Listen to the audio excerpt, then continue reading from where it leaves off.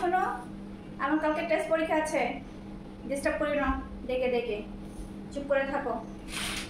যখন প্রাইভেট থেকে আসতেছিলাম না, সে লাগছিল সেই কোরিয়ান ছেলেটার মতো।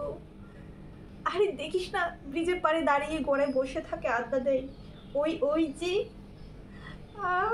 কি বলবো তোকে, আজকে না সেই রকম লাগছিল। আজকে সাদা শার্ট পরে আসছিল। দোষ, আমি তো কি বলবো তোকে, দোষ সেই আমার তো পড়ার মনও বসছে না।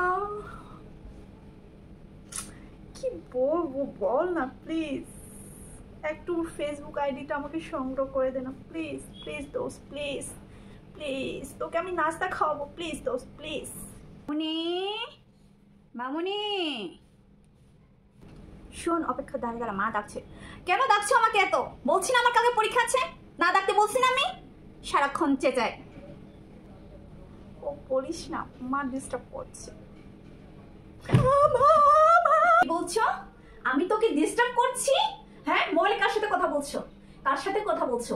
কাকে ক্লাস খাইছো?